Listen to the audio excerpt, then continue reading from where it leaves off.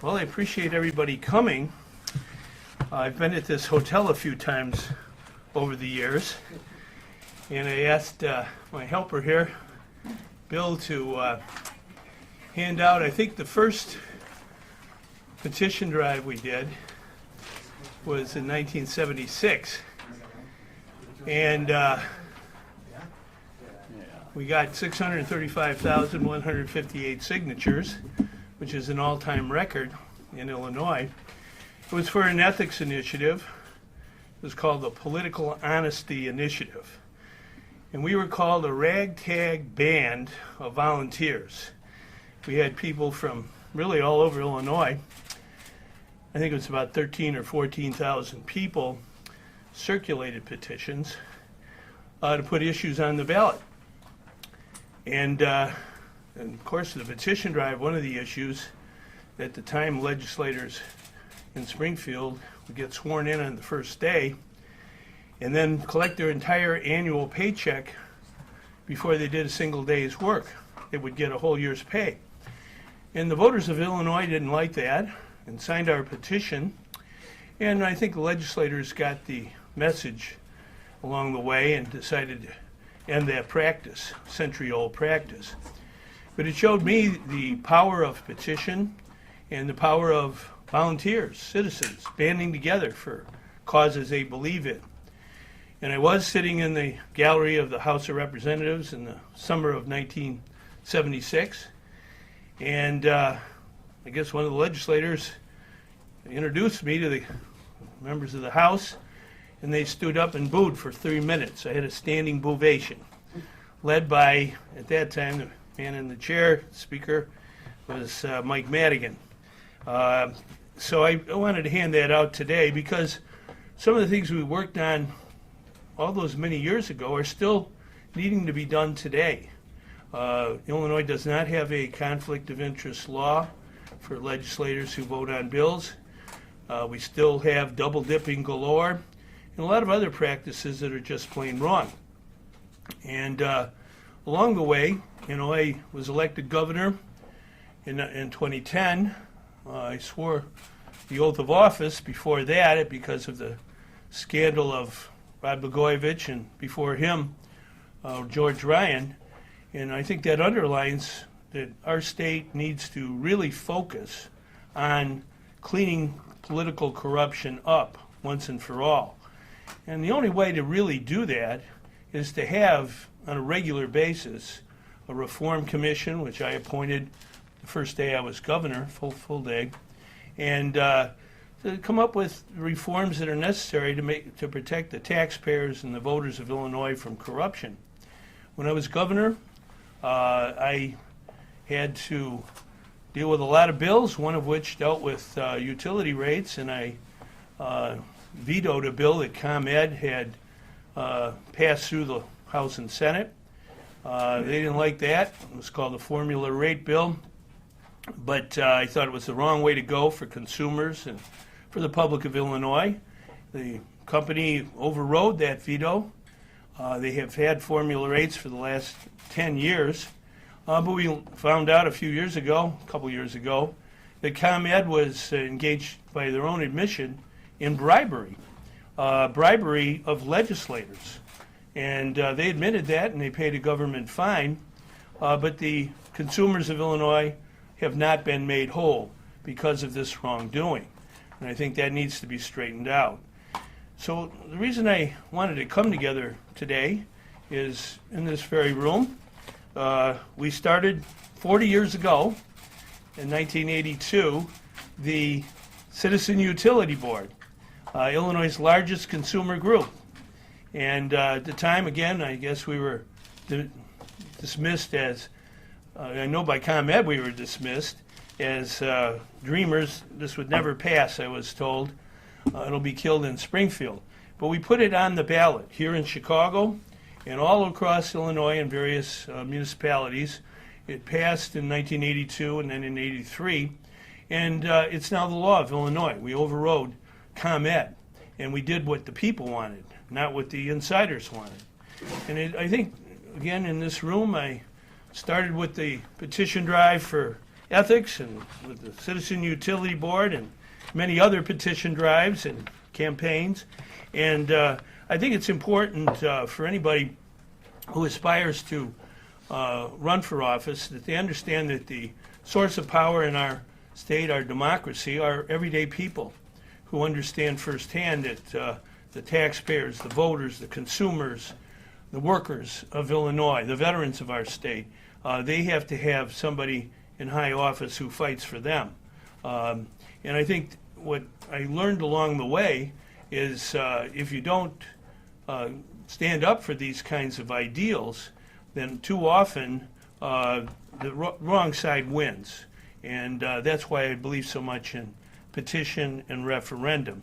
When I was governor and lieutenant governor, I went to over 300 military funerals in our state of citizens who gave their lives for our democracy. And the one thing that tied all those young soldiers together, in my mind, with their families, and they came from all parts of Illinois, from the city, the suburbs, and downstate, is they had an ethic of service. And I want to aspire to having an ethic of service. So I was at a gathering on Memorial Day this past year at the VFW on the Southwest Side, and a lot of people wanted me to run for mayor. And I listened to them. And I said, well, I'm going to spend the summer and into the fall talking to people all across our city. I was born in Chicago, in South Shore, and I've lived in the west side of Chicago for the last 39 years. I've had one house that I've owned my whole life, and that's there. And I went all over our city, every side of our city. And I know there are some aspirants for mayor who think I'm too old, but I don't think my ideas are old. I think my ideas are what the people want. They want somebody to stand up for property taxpayers, somebody who'll stand up for consumer protection against big utilities that are gouging people with unfair rates and prices. They want somebody who's going to understand that we need jobs, good jobs you can support a family on. When I was governor, we started put Illinois to work during the worst of the Great Recession, and we put thousands of people to work here in this city and all across our state. So I think those ideas are eternal. And one other idea is we, the people, need to have the chance not just to vote for candidates, but to vote for issues. And the only way you can do that is you need to petition them onto the ballot. It's called initiative and referendum. Now, here, 120 years ago, Chicago was the center of activity for direct democracy, for initiative and referendum. But the machine, both parties really, have pushed against that. They don't want everyday people having a role in deciding issues. We have limited initiative in Illinois, but nothing like they have in Michigan or Ohio or Missouri or many other states around our country. And just last week, people voted on really important issues in municipalities and states and made major decisions, important decisions for people's lives. And they had power in their hands. And that's been resisted for a long time in Illinois, and I think that's one of the reasons our state has had such a terrible time with political corruption. Just since the last inauguration of a governor, 9 different former legislators or current legislators have been indicted and or convicted of political corruption. So we got to do something about that.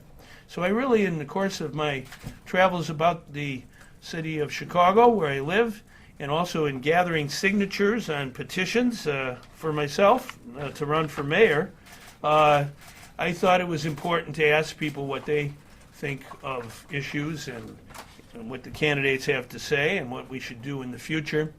And I really appreciate the people of Chicago who circulated my petitions as well as signed my petitions.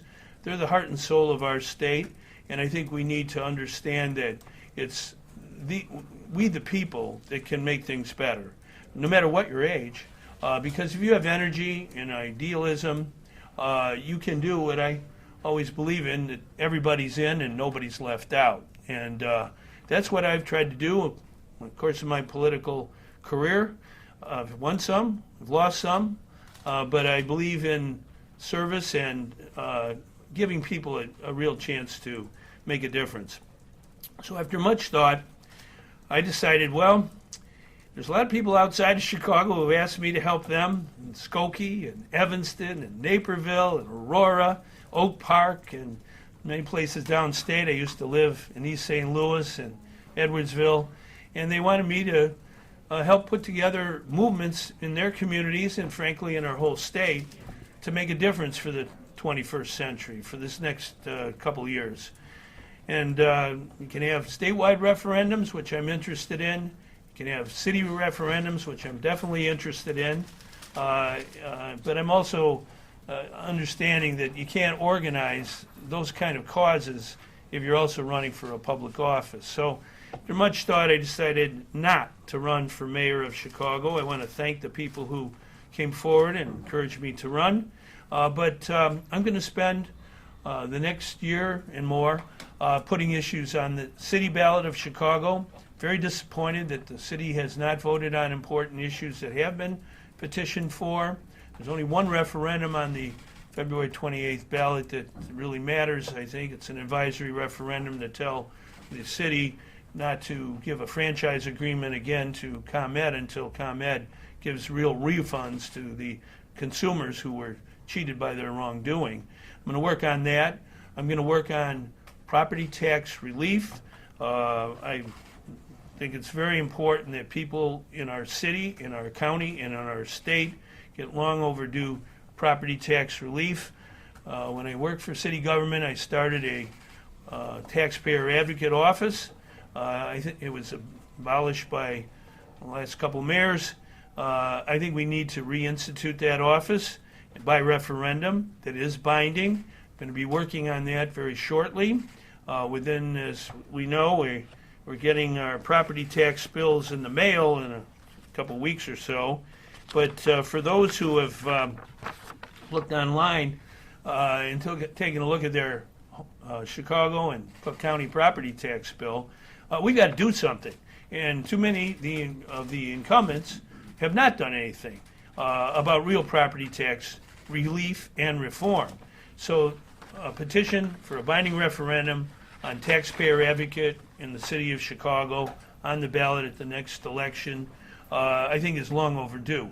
And we've got to get 53,467 signatures to put it on the ballot. And I think my opportunity to serve comes best at starting that and conducting that petition drive and working with people in other communities in Illinois on their petition drives and referendums, and also trying to get on the ballot for the next presidential election a real ethics initiative in Illinois. That's what we started back in this room when I was just getting going.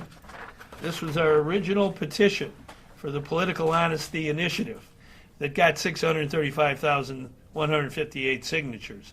And it still needs to be enacted by those in Springfield to pay attention to the taxpayers. We're tired of the corruption tax. And one of the reasons I became governor was because of wrongdoing by my predecessor and frankly his predecessor. So I want to organize early to bed, early to rise, work like hell, and organize. So I'm going to plan to do that in the coming year and getting signatures, recruiting people to pass petitions, sign petitions, and bottom line is we're going to make the will of people the law of the land. Glad to answer any questions.